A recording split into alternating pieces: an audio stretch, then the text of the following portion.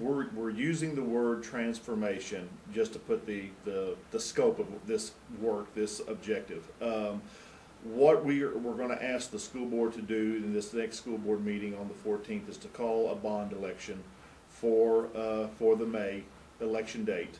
And the initiative is actually going to be in two phases, two parts. The first phase that's going to the voters will vote on in May will be our elementary phase. We have 24 elementary schools that we've identified an extensive amount of work to get them up into a place where they will be able to serve the community with excellence for decades. That is our goal for May. So the transformation will be again wrapped in that premise of bringing our school buildings up to a level that we call excellence for this, to serve this community, to serve our businesses, to serve our families, to serve our children for quite a long time. That's the goal.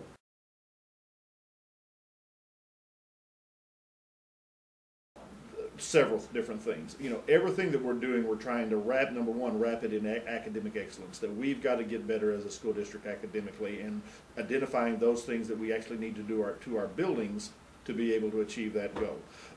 Now, new buildings will not guarantee academic excellence, and we understand that. Great teachers in the classrooms is what truly affect great learning. So, but we want to have an environment for our teachers and for our students that will precipitate that academic excellence. And two or three things that we've identified. Number one is our growth has been monumental these last 2 years. Right now, today, we are 700 more elementary students than we were this time last year. We have maintenance issues, roofing, electrical, plumbing, playground, kitchen, the cafeterias, the classrooms themselves. We have maintenance issues that we have to address very quickly. Again, to make sure the longevity of our buildings reaches out to where we need to be there. There's nothing wrong with old buildings as long as you have a good maintenance program to keep them current to what they need to be. And technology is a huge part of this.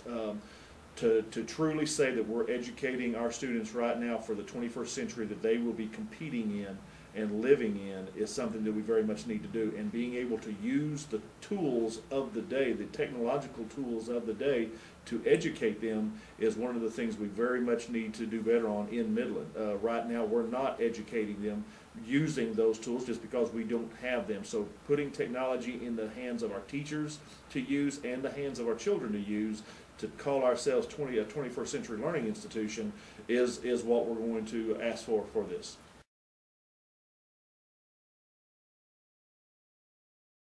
We're seeing a growth pattern pretty much all over the community.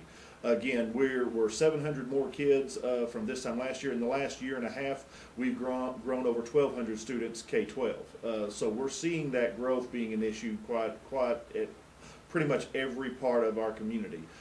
There are specific areas that are seeing more growth than others. West Central part, the Bonham Elementaries, the Jones Elementaries, the Henderson Elementary Schools, Bush, Scarborough, Great House, Santa Rita. But we're also seeing a lot of growth. We've added 5 new teachers to Travis Elementary School, which is on the south side of town, since the beginning of this school year. So we're seeing a lot of growth. One of the issues we're dealing with right now, Meredith, is that we have 77 classes of students right now in portable buildings. In our elementary schools right now, 77 of the classes are in portable classrooms. Doing an analysis of what we need to do, we need to have 31 more classrooms above that just to get back down to the 22-to-1 mandate that the state mandates kindergarten through 4th grade.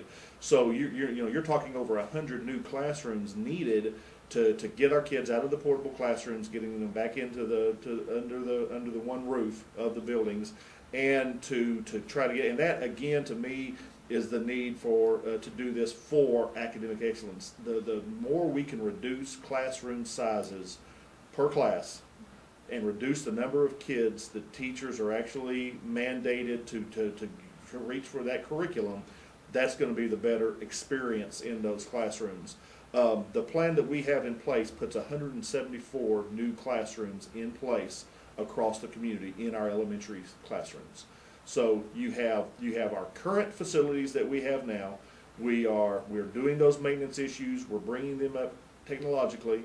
We've got quite a few of the buildings that we're going to actually add capacity to, and then we're essentially asking for 2 brand new elementary schools to add to our elementary footprint of the district, probably both on the west side of town, and then 1 elementary school, Bunch Elementary School, which is one of our older buildings, to totally renovate Bunch and expand it to an 800 student elementary school, which will basically create a 3rd new elementary school in the community.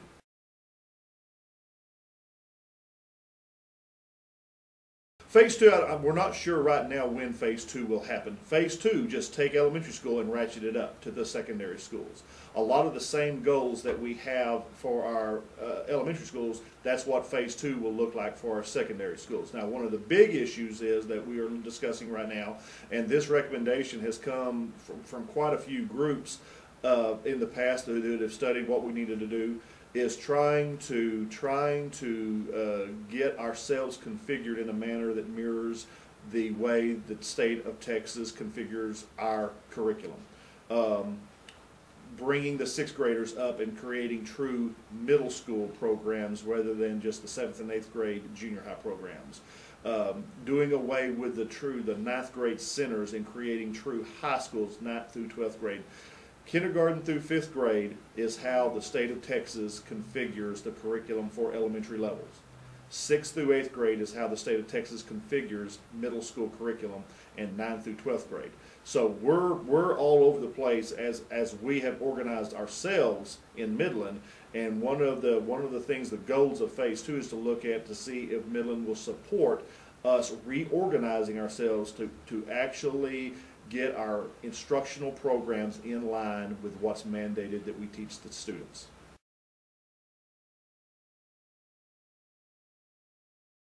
Well, maintenance issues, Meredith, that's been an issue for quite a while, just because as the state of Texas has been reducing our local budgets. You know, you did a lot of interviewing of me last spring when we were trying to cut $9 million out of our budget. A lot of the budgets that we have cut have been in our maintenance side of our M&O budget, or our maintenance and operation budget. What we've been trying to do is try to protect the actual instructional programs as best we can, and when you're trying to cut, you've got to make those decisions. Where do you cut from to make sure you can keep the instructional programs intact? So a lot of our maintenance issues have been, so we've done an analysis. You know, we've had our crew on every roof and understand how much we need to spend right now on just roofing. Looking at the wiring that we have in our buildings, where do we need to do the rewiring, the replumbing, where we need our you know, new safety systems, fire alarms, things like that. So we've done an internal analysis with our crew to say, okay, here's where we are on our 24 campuses of our elementary schools. You know, here's today's prices of what it would cost to get that work up to where it needs to be, those projects to where it needs to be. That's where we got the price tags from. For the additional classrooms, you know, what is you know, what's a common price per per square footage now, and looking at what we need, looking at where we need those classrooms, what campuses we need those classrooms in, and then what it would take to build that out.